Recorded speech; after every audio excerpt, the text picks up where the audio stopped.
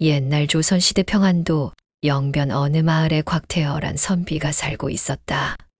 그는 병자호란 때에 전공을 많이 세운 군관 김무량의 조카로서 그 당시 이 고장에서는 드문 학자였다. 곽태어는 또 인품이 인자하여 어려운 사람을 항상 도와주었기 때문에 칭찬이 자자했다. 이 곽태어가 어느 날 이웃 마을에 갔다가 돌아오는 길에 도둑을 만났다. 때마침 저녁 무렵이었고 게다가 으슥한 고갯길이라서 길 가는 사람 하나 보이지 않았다. 다행히 도둑은 단 하나였기 때문에 곽태어는 마음을 좀 가라앉히고서는 가졌던 돈을 전부 내주었다. 그러나 도둑은 뒤가 무서웠는지 갑자기 칼을 뽑아들었다. 안 됐지만 너를 죽여야 하겠다. 휙 내려치는 칼을 곽태어는 우선 용하게 피할 수 있었다. 그리고 이 순간 평소답지 않게 용기가 불쑥 솟았다. 허공을 내려친 도둑이 주춤하는 동안 곽태어는 죽을 힘을 다하여 도둑의 허리를 덥석 잡았다. 엎치락 뒤치락 한동안 무서운 실랑이가 벌어졌다. 하지만 원래 힘이 약한 곽태어는 마침내 도둑의 가랑이 아래에 꼼짝 못하도록 짓눌려 버렸다. 곽태어는 그런대로 안간힘을 다했다.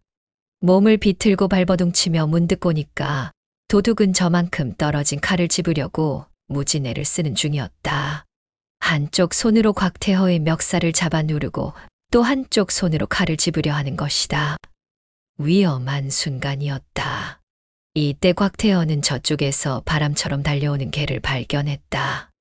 바로 자기 집에서 기르는 큼직한 숙해였다. 순간 곽태어는 소리를 질렀다. 누렁아, 어서 저 칼을 갖다 버려라. 물론 개가 사람의 말을 알아들으리라고는 생각도 안 했다. 다만 다급한 대로 그렇게 소리쳤을 뿐인데 일은 신통하게 되어갔다. 개는 그 말을 알아들었다는 듯이 껑충 뛰어오더니 도둑의 손이 칼에 막 닿으려는 순간 칼을 입에 물고서는 쏜살같이 뛰어갔다. 곽태어는 우선 안심했다. 그리고 여전히 도둑의 몸에서 벗어나려고 길을 쓰는 순간 개가 어느 틈에 다시 뛰어왔다. 다음 순간 개는 도둑의 뒷덜미를 냅다 물어뜯었다. 기겁을 하며 벌떡 일어서자 이번에는 목줄기를 꽉 물고 그 자리에 자빠졌다. 개는 한 번 물었던 도둑을 한사코 놓지 않았다. 곽태어는 그동안 정신을 차리고 일어났다. 그리고 우선 개를 떼어놓은 후 그 도둑을 읍내 관가에까지 데리고 갔다. 가는 도중 개는 줄곧 도둑의 바지가랑이를 물고 늘어졌다. 이런 일이 있은 후 곽태어는 그 개를 언제나 데리고 다녔다. 하마터면 도둑을 물어 죽일 뻔한 일은 좀 지나쳤다고 생각했지만 자기를 살려준 충성된 개를 곽태어는 진정 아끼고 싶었다. 그 후 어느 날 또 이런 일도 있었다. 곽태어가 건넌 마을 잔치집에서 술에 취하여 돌아오다가 길가에 쓰러져 세상 모르고 잠이 들었다. 이때도 함께 따라온 개는 주인 곁에 쭈그려 앉아 밤이 깊도록 지켜보았다. 한밤중이 되었을 때 갑자기 들에 불이 타오르더니 무서운 기세로 퍼져나갔다.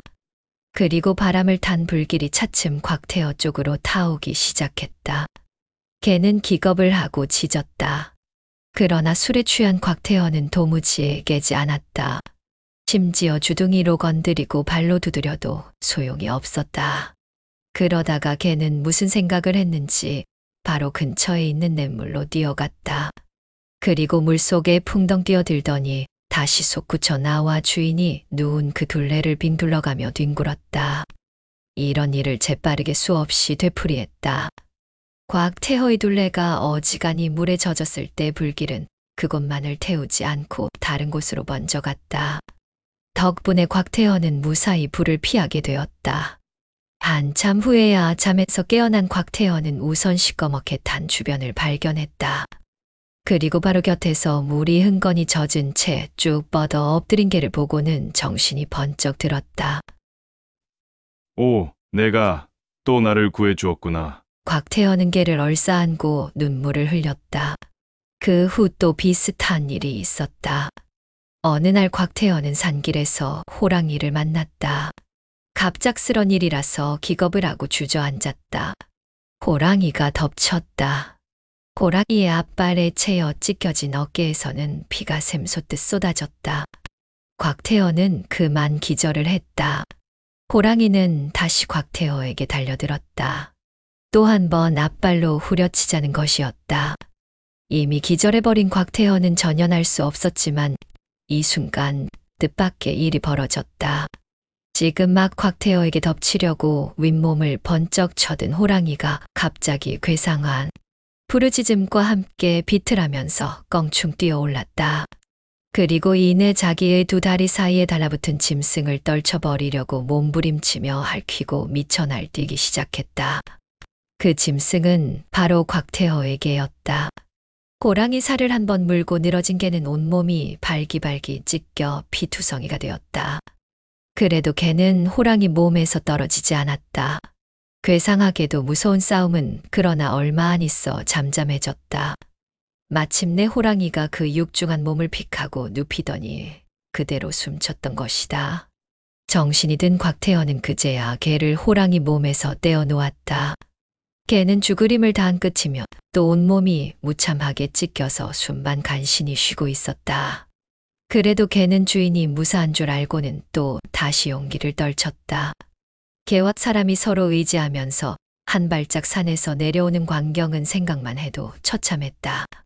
그런데 개는 가다가 쉬고 쉬었다가 또 기어가는 동안에도 자기의 상처는 아랑곳 않고 곽태허의 몸을 연신 핥고 또 핥았다. 그 덕분인지 곽태허의 상처에서는 피가 조금씩 멎어가면서 아픔도 조금은 가시는 것 같았다. 그러나 워낙 심한 상처와 놀라움으로 곽태허는 마을 밖에까지 와서는 쭉 뻗고 말았다. 개는 이때부터 마을 쪽을 향하여 미친 듯이 짖었다. 기운이 지쳐서 뛰지는 못했지만 목이 쉬라고 울며 짖었다. 아닌 밤중에 개 울음을 들은 마을 사람들은 횃불을 들고 쫓아나왔다. 이리하여 곽태허는 구함을 받게 되었다. 그러나 개는 사람들이 몰려오기 직전에 주인의 몸에 기댄 채 죽어 있었다. 이렇게 3차례나 주인의 목숨을 구하고 마침내 제 목숨을 잃은 개는 그 후 사람과 똑같은 장례를 받고 무덤에 안장되었다. 그 앞에는 이로운 개의 묘라는 비석이 비록 조그마하지만 오래도록 오가는 사람의 눈을 끌었다고 한다.